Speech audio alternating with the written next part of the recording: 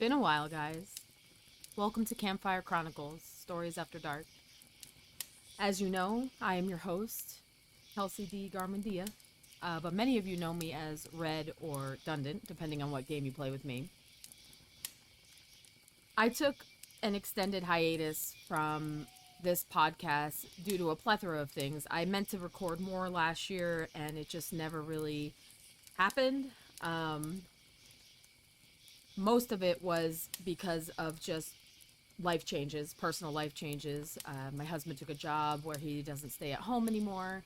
I've been kind of the man of the show and woman of the show at my house, running the household as well as taking care of our three children. And it's been a lot. So I had to take a break and step aside from the podcast, unfortunately, but I am back and I plan to record a new episode every month, or every 4 weeks, I should say. So you should be getting more content coming from me in regards to Campfire Chronicles. And like I said, I do really truly apologize for being gone so long. So today's episode is about death. I always try to explain to people what it's like as an atheist when somebody dies. I never could fully put it into words, which is part of the reason why I write so much, is because I can structure my thoughts better when I write them down. Whereas when I'm upset or feeling any type of mourning, I have a very hard time speaking how I feel. Death for an atheist is finite. And it is so hard to come to terms that a person, an animal, an acquaintance is no longer here. I read people's posts on Facebook, on Instagram. I hear the pain in people's voices. And I don't have the luxury of believing that there's someplace out there that I will ever see the person that I lost again. I've talked a lot about my mother on this podcast before in the past. Please feel free to go and listen to my old episodes. I've spoken about her dozens of times, and despite the fact I only knew her 3 years, she made me who I am today, and my personality is all thanks to her. But recently, on May 30th, my birthday, my maternal grandmother passed away. She was the last of my remaining grandparents and the woman who raised me all throughout high school. I have a very strained relationship with my remaining parent, my father, and I've been very vocal about that on multiple social media posts, and that has not changed. It doesn't matter that my grandmother has passed away. I still feel that I need to keep my father at an arm's distance because he makes death hurt worse, if that's even a possibility. My grandmother had the difficult choice, because it was a choice for her, to be a mother all over again. She lost her second eldest daughter at 36, and it changed all of us. I had such a close relationship with death that I felt like death was a part of me. And that wherever I went, death followed. And for years, I carried guilt with that. And I still think it's there. I still think the guilt is still there, despite me growing and learning and experiencing. I still think the guilt that death follows me lingers.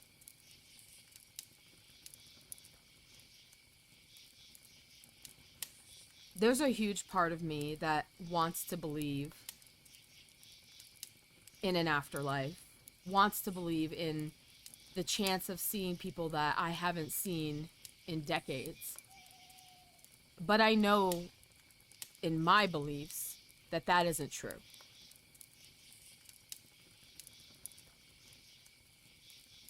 Death is something that I have lived with, that we all have lived with, that we all have in common. And despite me not being a Christian, despite me not having a faith to follow, there's something missing in this connection that I have with death, and I can't put my finger on it. I mourned my grandmother. I think I'm still mourning her. There's little bits and pieces of her everywhere, and it hurts, and I hate it. And I think a huge part of me wants to forget that and forget all the good memories, because the good memories are the only thing keeping her tied to this world. It also is tied to the pain I feel. Each and every day is more difficult right now to get out of bed and know the woman that you consider your maternal figure is gone. It's like losing my mother all over again. And I don't know if there's anything that will put me back together. And that's the hardest part about losing somebody, when you don't have a system of faith to follow. All I have is my alarm clock going off the next morning to take my kids to therapy, to come home, do laundry, take the dog out, mow the grass, fold the laundry, rinse, cycle, repeat. That's all I have. A lot of my podcasts aren't about advice giving or tips and tricks to work through mourning the loss of somebody who made me who I am. My podcast is about experiencing loss or experiencing life and sharing what I've learned over the years.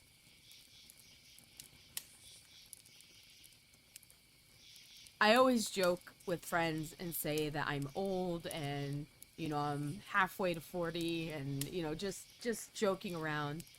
But in the greater scheme of things, I am young and I don't have as much experience as, say, older generations compared to me.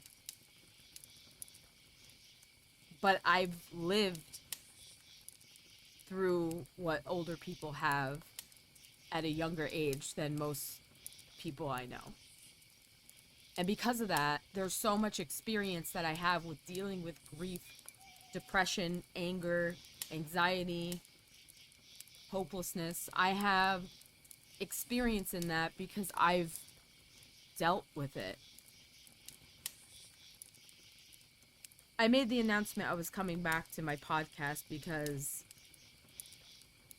I missed you guys, first and foremost, but also because I needed this outlet again. I truly believe that the more we share our pain, our stories, our experiences, the closer we come together. This whole podcast was brought together during the pandemic because we were forced to stay apart. And honestly, I did not handle any of that well. I didn't. I struggled with extreme anxiety, which triggered a depression that I thought was severe in respect to what I normally did. And it made my 9-to-5 job feel like I was choosing between death or living another day. And there's a lot to unpack there. A lot of it stems from losing my mother when I was 3. I have always felt that I don't have security, that I don't have any type of promise that things will be okay. I've lived my entire life in fight or flight, and it's exhausting.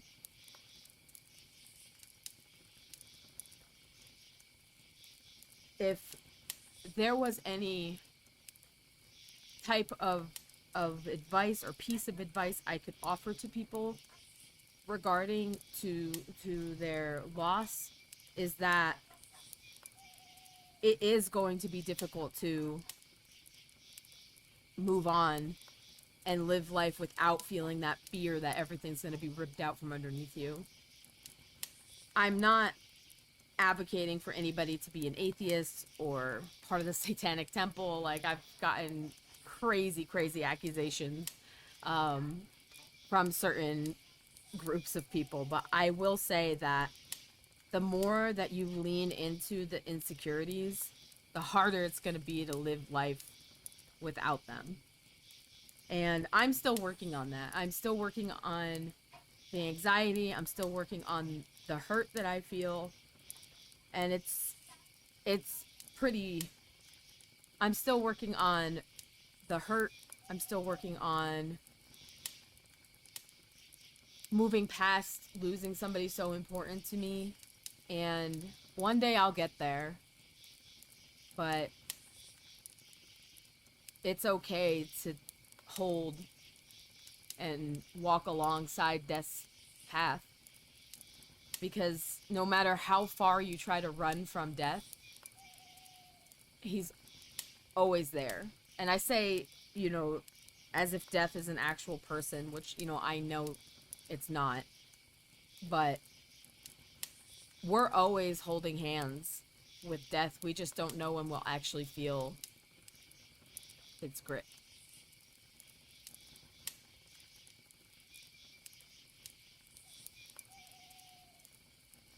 So, to keep it corny, tell whoever it is that you haven't told that you love them. Tell them that today. Because tomorrow truly isn't promised. Tomorrow might be the day that death leads you to the end. And you gotta leave some type of impression, right? For tonight's podcast, I chose to read you a poem that I wrote the day after my grandmother died, which was not a great time. I was a very big mess, to put it lightly. But I wrote a poem, and it was the first thing that I had written in years. And I think, at least I hope, that these words will help somebody who's struggling with what I struggled with this past few weeks. So without further ado, I present to you A Walk with Death. I walk with death, side by side, holding hands to pass time, clammy skin meeting a grip I cannot feel quite yet. Death raised me well before I knew what life was. I danced around its fingertips, sometimes even trying to feel its grip, but only holding onto air in the end.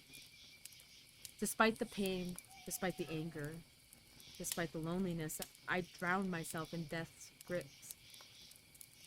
But it was always just out of reach. I dreamt of it the night she died, wondering if it felt like floating. But all I could see was the back of my eyes and the beating of my heart to ground me.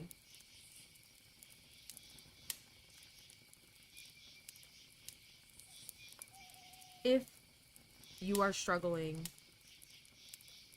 with grieving, with mourning, with loss, please reach out to those who love you.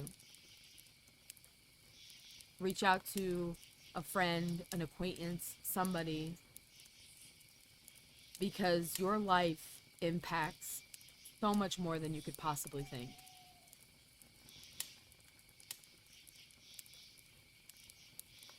Until next time, though, my friends, The campfire will remain open, and I will be back to talk to you guys again. Much love to you all. Stay happy, healthy, and safe out there, and I will see you guys next time.